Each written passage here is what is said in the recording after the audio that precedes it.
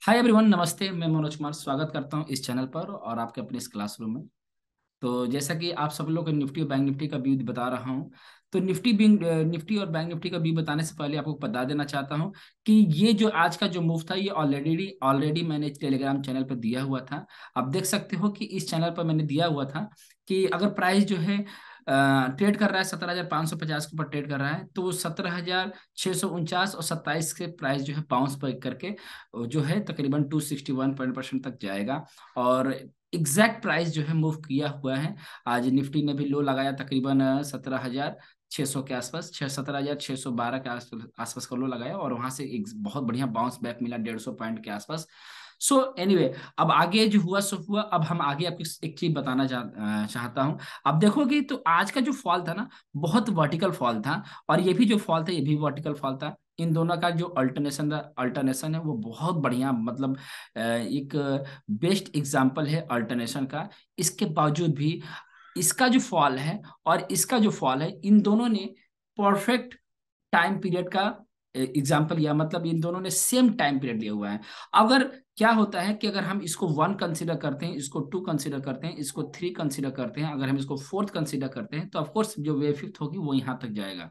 But ये जो correction है और ये जो करेक्शन है, nature wise same, but time wise जो है एग्जैक्ट है। कभी भी वेव सेकेंड और फोर्थ टाइम वाइज जो करेक्शन होता है वो सेम नहीं होता। प्राइस वाइज सेम हो सकते हैं लेकिन टाइम वाइज कभी भी सेम नहीं हो सकता। प्राइस दोनों सेम है, लेकिन टाइम वाइज जो है, सॉरी, प्राइस वाइज दोनों क्या है, सेम है। टाइम वाइज भी सेम है। ठीक है, दोनों सेम है। दोनों में से कोई एक सेम होगा। तो मुझे ऐसा लग रहा है कि अगर हम इसको इसको हम ए बी सी कंसिडर, इसको हमने ए कंसिडर किया, इसको बी कंसिडर किया, इसको सी कंसिडर किया है, तो आज का जो फॉल है इस वाले फॉल से अलग होना चाहिए। मतलब यहाँ से जो सी बना हुआ है, सी के बाद जो प्राइस फॉल है इसको हम ए कंसिडर करेंगे, और यहाँ से जो प्राइस स्लोली अप साइड गया इसको हम बी कंसिडर करेंगे। ठीक है। अब आगे का मूव क्या होगा। अब अगर प्राइस जो है कल, मतलब आई मीन 9th को, प्राइस जो है अगर इसका हाई ब्रेक नहीं करता है, 17,802 जो मतलब तकरीबन यहाँ तक हाई लगा हुआ है, अगर ये ब्रेक नहीं करता है तो ये पूरा प्राइस ए कंसीडर होगा और ये बी कंसीडर होगा। और जो सी बनेगा वो एग्जैक्ट आकर 750 पर आकर रुकेगा। मतलब ये ए बी और सी आकर यहाँ पर रुकेगा। ठीक है।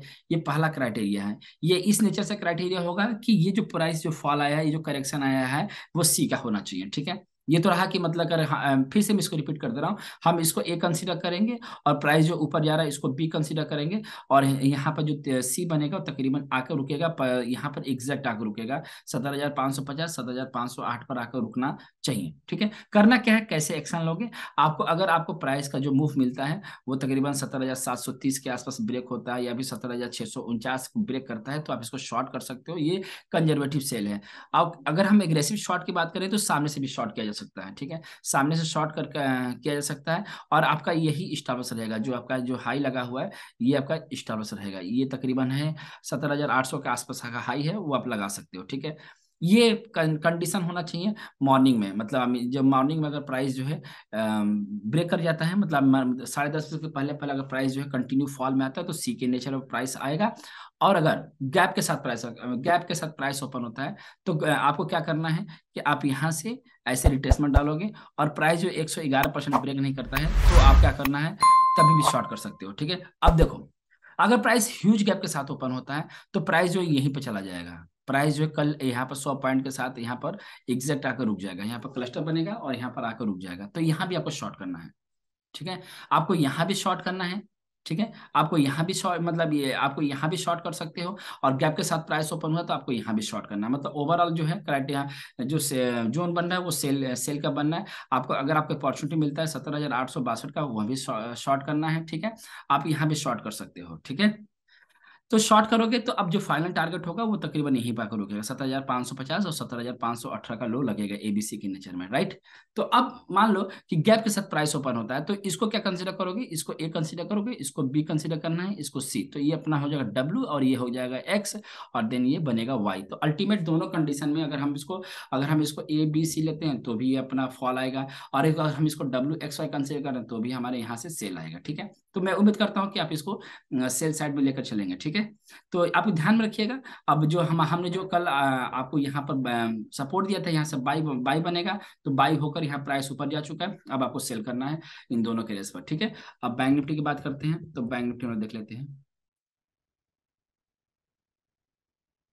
बैंक निफ्टी जो है, अगर 75 में अगर टाइम फ्रेम में हम देखेंगे इस पर, तो बैंक निफ्टी में आप देखोगे तो प्राइस जो काफी दिनों से इस रेशियो को, मतलब इस जो जो उनका है, इस जो ट्रेंड लाइन को रेसिस्टेंस दे रहा है, बहुत दिन से इस ट्रेंड लाइन को रेसिस्टेंस दे रहा है, मतलब इसको क्रॉस नहीं कर पा रहा है। आप इसको शॉर्ट करिए, बैंक निफ्टी को भी आप शॉर्ट कर सकते हैं। और शॉर्ट करने के जब जैसे ही आप इसको शॉर्ट करेंगे, आप ध्यान रखिएगा आपको कहाँ कहाँ शॉर्ट करना है।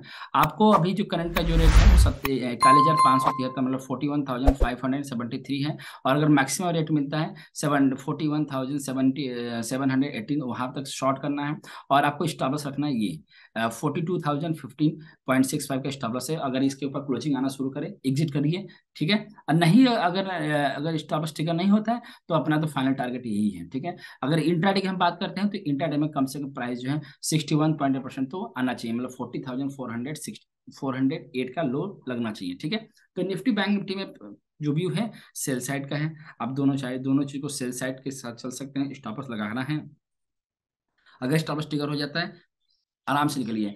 किसी के कोई लेग पुलिंग नहीं है। मैं किसी को आप लोग क्रिटिसाइज भी करते हो, मैं उसको अप्रिशिएट करता हूँ। तो क्रिटिसाइज करने का भी एक मैनर होता है, एक तरीका होता है किस तरह से क्रिटिसाइज करना होता है। मैं अभी जो मार्केट का जो व्यू चल रहा है, ये मैं व्यू सेल साइड दे रहा हूँ, अप साइड भी दिया था आप लोगों को, लेकिन इसके बारे में कुछ देख रहा हूँ कि लोग निगेटिव कमेंट किए जा रहे हैं। एनीवे मैं आप सबको सबको अप्रिशिएट करता हूँ। प्लीज कंटिन्यू करते रहिए। मैं को आप सबको एक दोहा सुनाना चाहता हूँ, जो मैं क्लास 7 में पढ़ा था। निंदक नियरे राखिए, आंगन कुटी छवाए, बिन साबुन बिन साबुन बिन पानी, निर्मल करे सुहाए। तो आई होप इस कविता का, इस श्लोक का आपको अर्थ समझ में आ जाएगा, ठीक है। सो गाइस, मिलते हैं अगले वीडियो में। अपना ख्याल रखिएगा। जय हिंद।